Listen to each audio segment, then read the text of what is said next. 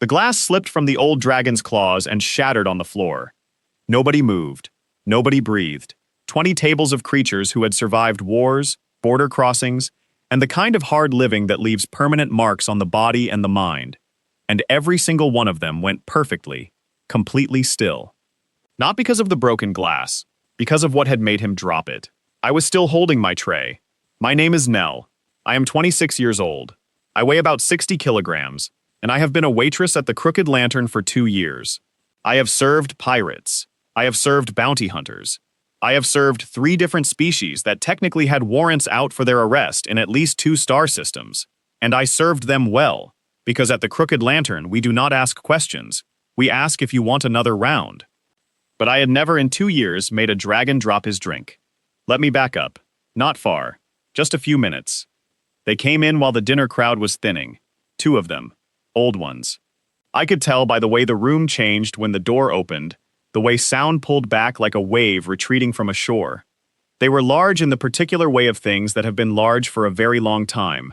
Not bulky or aggressive, just settled into their own mass like mountains are settled.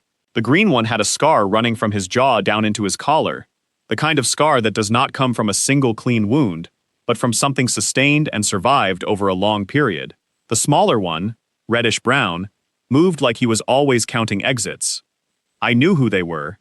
Not personally. From the archives, the kind of historical footage that gets played during remembrance broadcasts. 2 dragons standing in smoke and ruin after something enormous had ended. Orvash and Tace, veterans of the Ashvale campaign. Generals, technically, though they did not look like generals tonight. They looked like 2 old soldiers who had been walking for a very long time and needed somewhere to sit.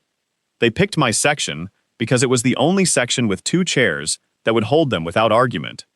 I grabbed menus and went over. "Evening," I said. "Can I start you with drinks, or do you need a minute?" Orvash looked at me. He had amber eyes, pale and steady, the kind that had seen enough that they did not need to perform intensity anymore. He just looked, measured, and apparently found whatever he was looking for. "Water," he said, "and something warm, that is not medicinal. Hearth blend, spiced grain tea, good this time of year." That. Thias tapped the menu once. He wanted a minute. I nodded and went to the bar. Darius, my manager, materialized at my side before I had finished putting in the order. He is a small, sharp-featured man with enormous eyebrows and a habit of appearing wherever he is least expected. He had been managing frontier taverns for 40 years and claimed he had seen everything worth seeing. "You know who that is," he said. It was not a question. "Ashvale veterans," I said. "I need 2 hearth blends." "Orvash and Thias," he said, and there was something in his voice I had not heard from him before. Something close to reverence, which on Darius looked distinctly uncomfortable, like a coat borrowed from a much taller person. They broke the Kelveth line. They were the last ones standing at the mouth of the deep. 2 hearth blends," I said, "and a water." He stared at me. "Darius," they ordered tea. I brought the drinks back. I set them down without ceremony, because ceremony is a thing you perform for someone when you want them to feel like an exhibit, and these 2 had clearly been exhibits for long enough. Orvash wrapped both hands around the mug. Tejas turned his toward the window without drinking it, watching the street outside with the distant focus of someone whose habit of watching exits had become inseparable from the person he was. "Ready to order?" I asked. "Moment," Tejas said. His voice had a roughness to it, like stone that had been weathered until it was smooth in some places and jagged in others. "Take your time." I started to go. I had 4 other tables and a couple at the bar who kept catching my eye. "You are not afraid," Orvash said. I stopped, turned back. Should I be? He did not answer that. He looked at me with those pale amber eyes and said, "Most are." "Most people in this sector grew up without much contact with your kind," I said. I didn't. My mother worked the outer routes for about 15 years. She came home with opinions about a lot of species, and most of them were decent. I do not know why I said it. It was the kind of thing that comes out when you are used to filling silences at tables, a piece of yourself offered like bread before the meal, something easy and true that costs nothing, and sometimes lands somewhere useful. "She sounds practical," Orvash said. She was. She always said, "The ones who have already been through the worst thing tend to be the easiest company, less to prove. I paused. She had this tattoo she never explained. Left forearm, inner wrist. Old script, she said. Something pre-compact. She got it at the end of something and never talked about it after. I was already moving when it happened. The glass hit the floor. I turned and Orvash was sitting completely still, but his hands were open and empty, and the mug had fallen and shattered, and he was staring at me with an expression that I did not have any framework for. Not fear, not anger, something that looked like a man arriving somewhere he had been trying to reach for a very long time, and not being sure his legs would hold him now that he was there. Theus had turned from the window. He was looking at me too. His jaw was tight. The roughness in his face had deepened into something I could feel from 3 feet away. A kind of grief that had been kept under pressure for so long it had changed into something harder and more mineral, like wood turned to stone underground over centuries. The room was watching. All 20 tables, all the conversations, all the drinks halfway to mouths and forks halfway to plates. Every eye was on us. The script, Thesis said. His voice was careful in the way voices get when they are working very hard not to break. The tattoo. Did it curve? Like a wave, but folding inward on itself? My heart did something strange and sudden. Yes, I said. Exactly like that. Nobody moved. Orvash closed his eyes. He sat like that for a moment that felt longer than it was. Then he opened them and looked at me and said, "What was her name?" I told him. Theirs made a sound. I will not try to describe it properly, because I do not have the words for what a very large and very old creature sounds like when something inside them finally gives way after being held rigid for 20 years. It was not loud.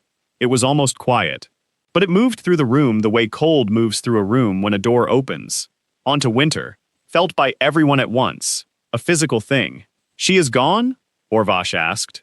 3 years ago, I said. She was not sick for long. She did not want to fuss about it. I stopped. My voice was doing something I did not want it to do, so I waited a second and steadied it. She never told me much about the Rim years. She said some things were not hers to carry home. Orvash looked at the table, then at his hands, then back at me. She saved our lives, he said. Just that. No performance. No theater.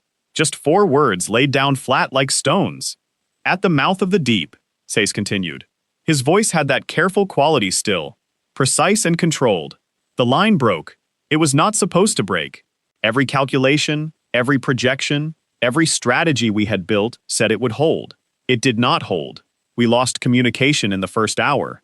By the 3rd hour, there were only a handful of us left in the entire forward sector, and 2 of us were badly wounded, and the retreat path had been cut. He paused.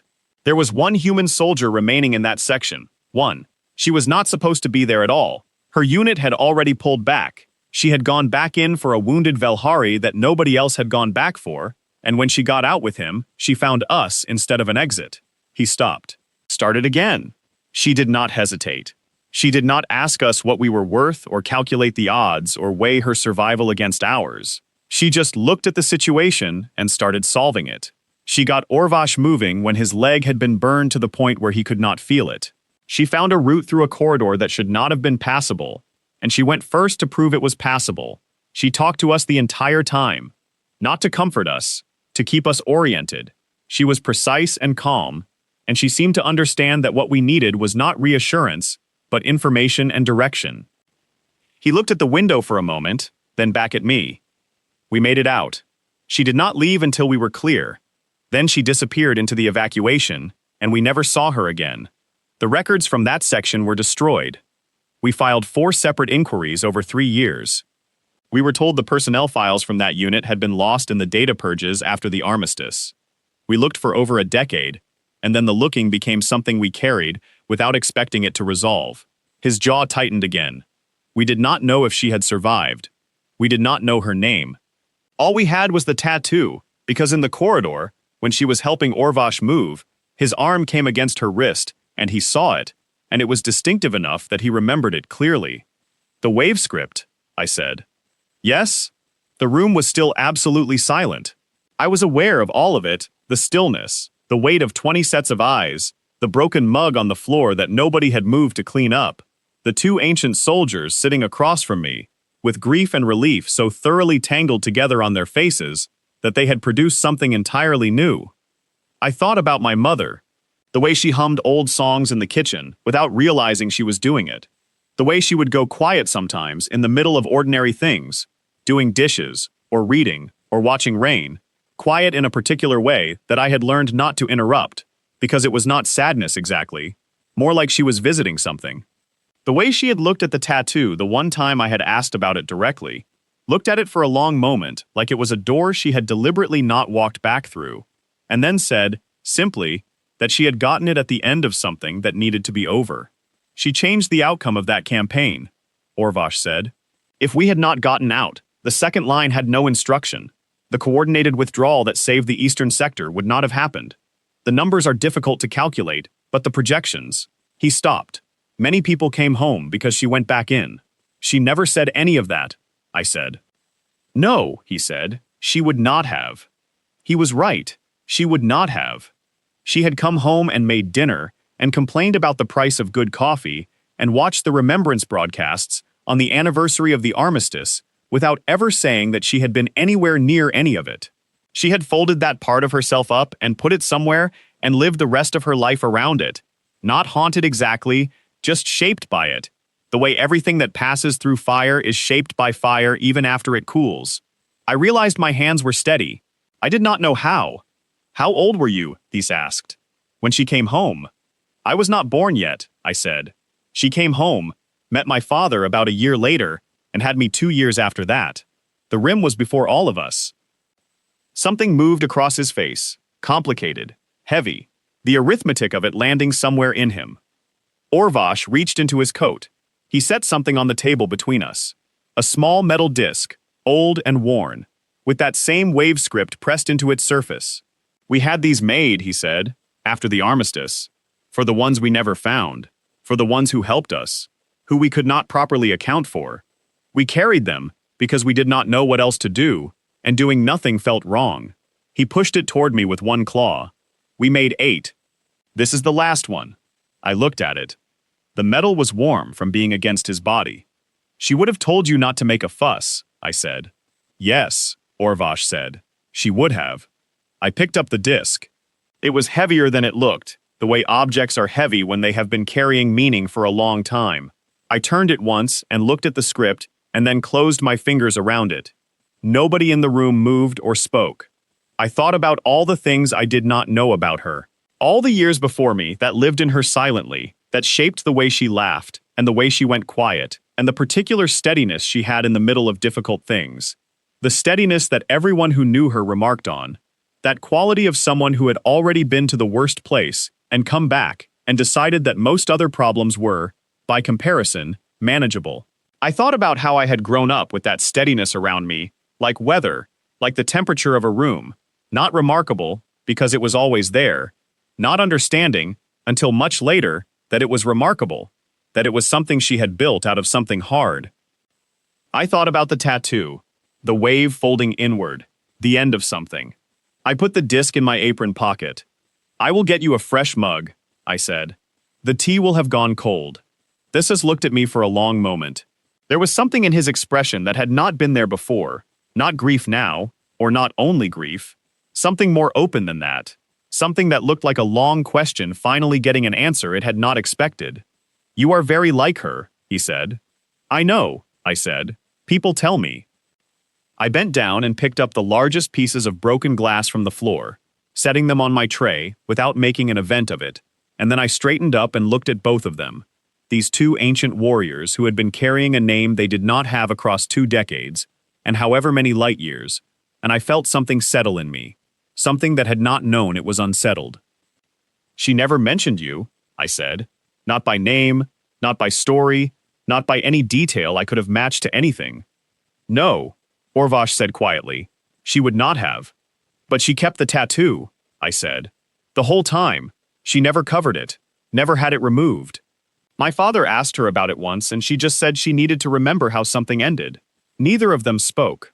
I think that means she thought it ended well, I said. The silence that followed was not the silence of shock or suspension or held breath. It was a different kind. The The kind that comes after something long and difficult reaches its last word. The kind that has weight and texture and is almost, in its way, a kind of rest. I picked up my tray. "I will get that tea," I said. I walked back to the bar. Darius was standing there with an expression I had never seen on him before, something between stunned and deeply moved, and faintly embarrassed about being either. He handed me a fresh mug without being asked. I filled it. I carried it back and set it in front of Orvash without ceremony. He wrapped his hands around it. Tazes picked up his own mug, which had stayed whole, and drank from it for the first time. I went to my other tables. I took orders. I refilled glasses. I brought out plates. The room slowly, gradually, like a tide returning, filled back up with noise and conversation and the ordinary texture of an evening in a frontier tavern. My hands moved through the routine work, with the kind of muscle memory that comes from doing something long enough that your body takes over and your mind is free to go somewhere else. And my mind went somewhere else. It went to a kitchen in a small apartment on a mid-rim colony station, the kind of kitchen that smelled like coffee, and whatever was on the stove, the kind that had a window looking out at a wall but was always warm. My mother standing at the counter with her sleeves rolled up, the tattoo visible on her left wrist, singing something old and half-remembered under her breath.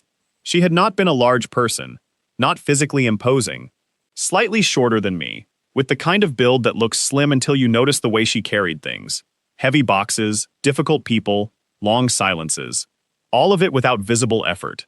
She had gray eyes that were warmer than gray eyes usually are, and hair she kept cut short, because she said longer hair was a decision she did not have time for. She had worked logistics for the outer colonies after she came back, coordinating supply lines and personnel movements with a precision that her supervisors always noted in her reviews. Calm under pressure, they wrote. Reliable in crisis. Strong instincts for resource allocation. None of them knew why. She never told them.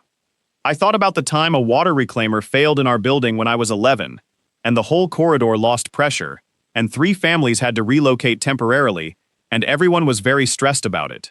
My mother had gone door to door with a checklist she had written in about 4 minutes and organized the whole thing by the time the repair crew arrived.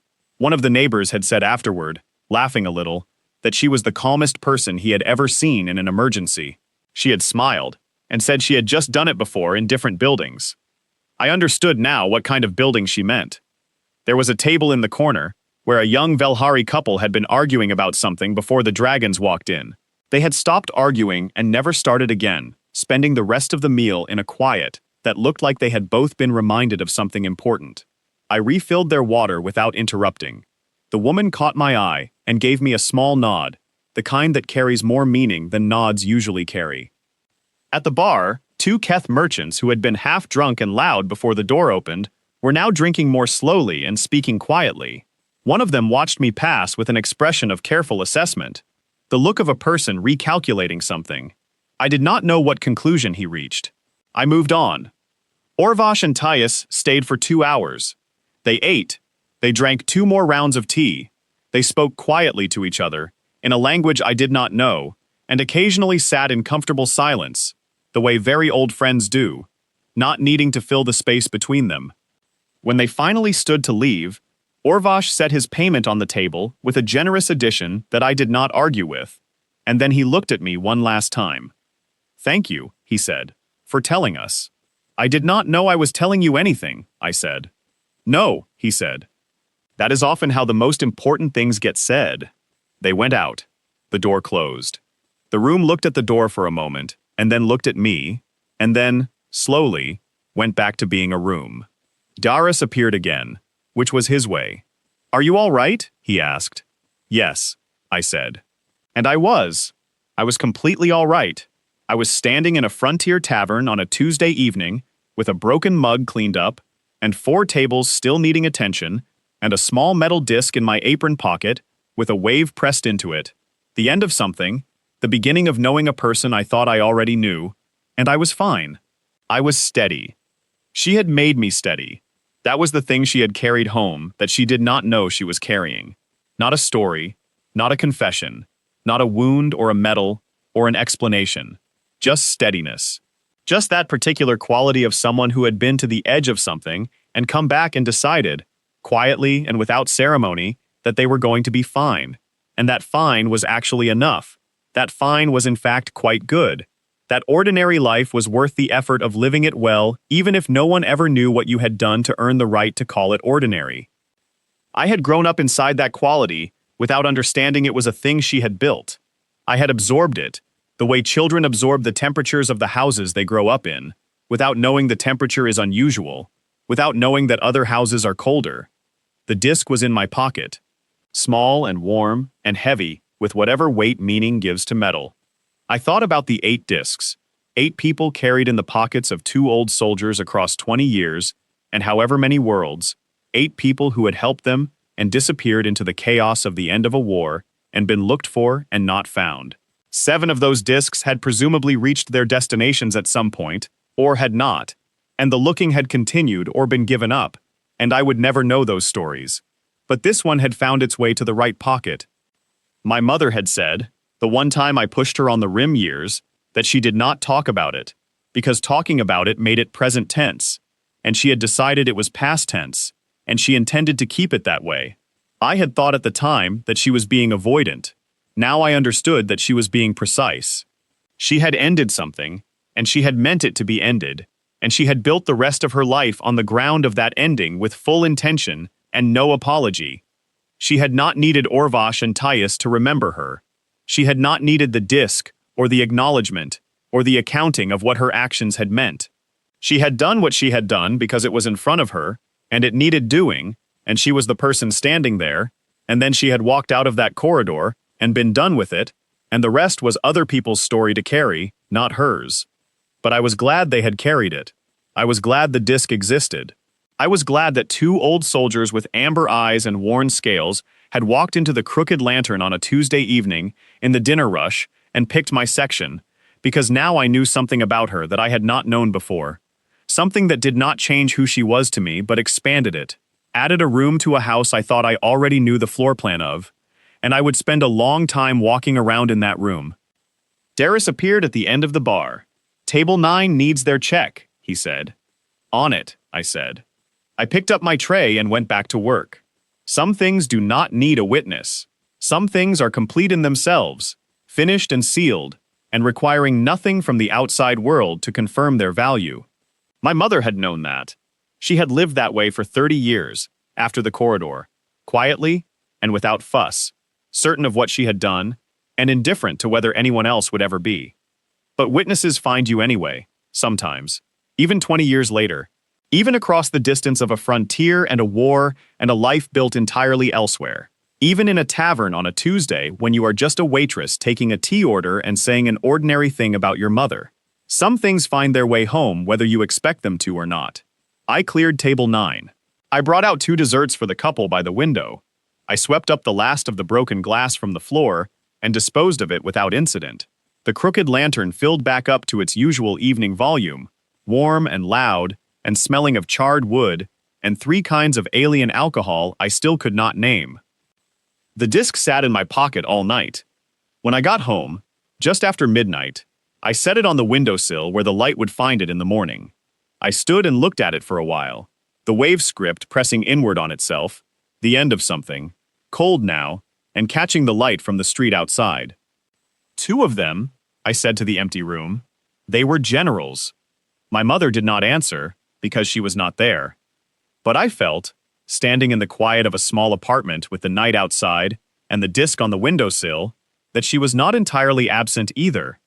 She was in the steadiness of my hands and the evenness of my breathing, and the fact that when 2 ancient and legendary soldiers had frozen at my table tonight, I had not panicked, had not performed, had simply stood there and been present and said the true thing, because that was what the moment needed. She had taught me that. She had taught me all of it, without knowing she was teaching anything at all. I went to bed. In the morning, the light came through the window and found the disc exactly where I had left it.